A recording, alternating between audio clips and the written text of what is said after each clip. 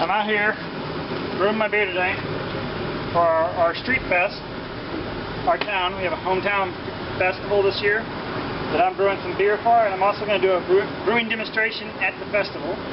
I got my hot liquor tank here on top of a turkey fryer. I flipped it upside down to get me a nice big square bottom on it to set the hot liquor tank on. And I braced it up with some boards here so that I can sparge right into my 10-gallon mash tun. You can see here, I'm just trying to see how proud of myself. This just pulled off here. I don't know if it's going to be visible or not. I got huge brew here. That thing is full of grain. Just took my tank off, moved it up to the front there. I'm boiling now. Got my hops. I'm going to show you my hop setup. Maybe I'll show you after it cools off a little too hot, or I'll bring the camera over. My kegel on top of another turkey fryer that I have over here. I've also got my grain mill all set up here where I crush my grain at.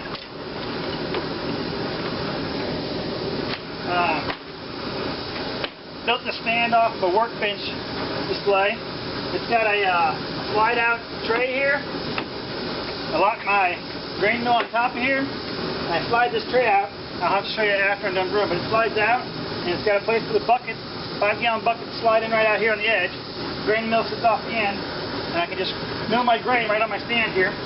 I got power in here on a power strip, an electric, to run your electricity over on the side. I've got a pump switch here, an electric pump underneath to pump my water. I haven't actually fixed that yet. Once I get that fixed, I'm going to be able to take this back down a little, because this is just too high right now. I don't like being so high I can't even get up atop it. That's why I don't know if you'll notice I got a ladder in the background back here that I have to climb up and check my temperature and add more water in.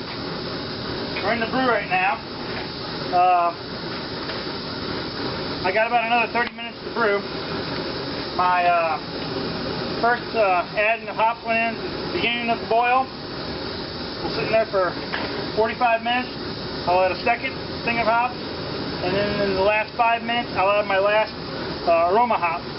Bring it out of there. Got all my carboy and stuff back here sanitizing. Put it in there. Throw the yeast in. Got a yeast starter going. I'll throw that in, and we'll put it away.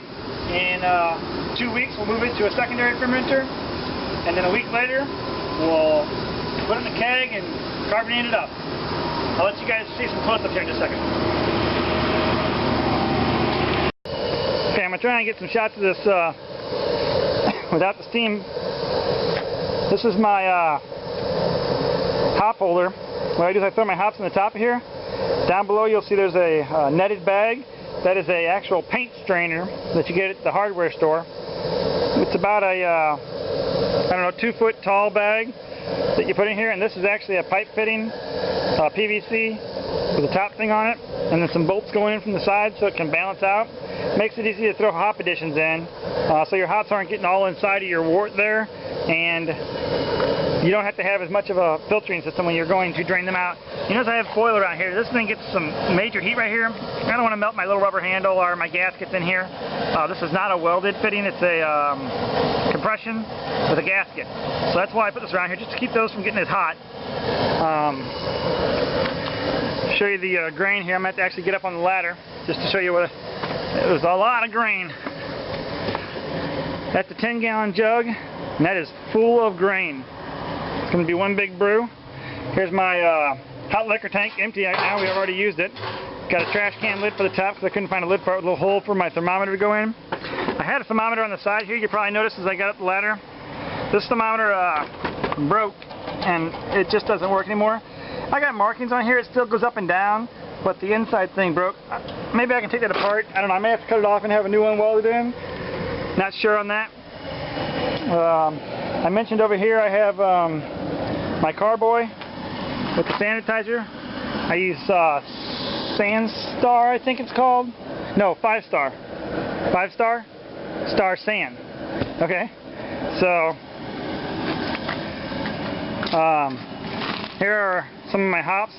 These are Hallerite 4.0. I used some of these in the brew that I did the other day. I'm not going to use all these, but I'm going to use about an ounce of those at aroma at the last 5 minutes. I had some grain that I was using here. This is some of my other grain that I have still left over. I like to keep them in the Tupperware dishes just to keep them a little fresher. Yeah, the table gets a little messy when I brew. I had a buddy over earlier.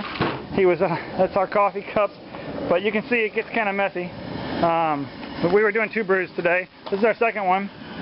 The first one was a partial extract and a partial grain. There's my grain bag. There's my hot bag from that one. Need to clean those up before my dogs get to them. But this is our brew for the day. First brew's already gone. I'll show you more later. Bye. Alright, we're moving everything from the keg down to the carboy now. Those suds on top are actually from the Sand Star. Puts a lot of suds in your beer.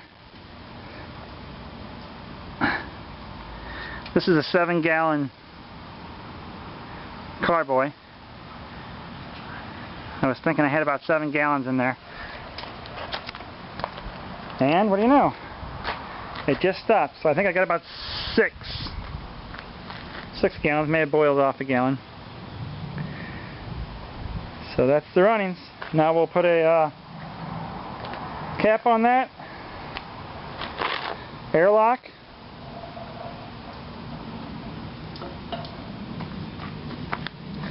Put an airlock on that and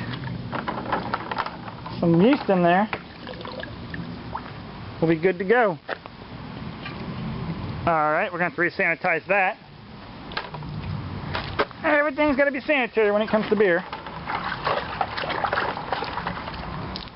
So you always have a 5-gallon bucket of sanitizer. Oops. Wrong bung for this one. I got to get the other bung. That's a number 7 and it holds a number 6. So, anyways, that's it for now. Enjoy. Told you guys I was going to show you how the grain thing hooked up. This is my grain bed, and down here's my pull-out shelf that I put my bucket in. Run my grain through. Cord goes back underneath and plugs into a 6-pound outlet underneath there to be water protected. So that lets me do everything on one stand. And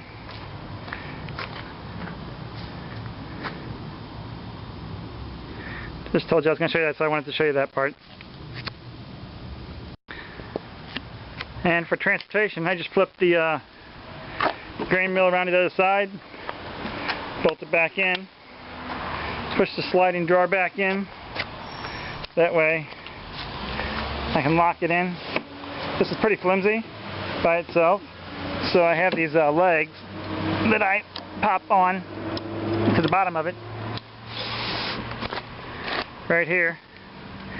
Gives it plenty of support. Put one on both sides there to hold that grain bucket nice and sturdy when it's full of 20 pounds of grain. And just lock it down like that for transportation. It's got wheels on one side, not the other. It helps when I'm brewing and the water's dripping down to the bottom a lot of times. It doesn't warp the bottom board. The top board, I have this set up with that cheap $5 board on top. I can replace that if it gets too wet ever. I guess I could replace any of it. Particle board in here, you know how that gets when it gets wet. It's not good, but I haven't gotten too much water on it. Although with brewing we tend to get a lot of water. The brick down there is because I don't have a long enough hose from my propane to get up to that top burner. So I need to get a longer hose, and I won't have to throw a brick or whatever up on there when I'm brewing. I mentioned the pump earlier. I don't know if I got it in here and showed it to you. Under here's my pump, which is not active because I need to find the proper threading for these 2 joints here so that I can get it. It's all wired in to the breaker over there. So I have it back here on a switch, waterproof switch. I'll plug that into the 6-prong outlet, run this over to electrical outlet. The only thing I don't have on here is I want to get a hose splitter. I've seen those 4 hose splitters. What happens is you go into a brewing demo with a couple guys, and generally there's one hose set up, and I want to get a splitter so that I can have a hose for myself and split it off for a couple of my buddies. Get some short hoses. We can all share the water off of one hose line then. Alright, that's all I've got for you today. I'll let you guys go on that note.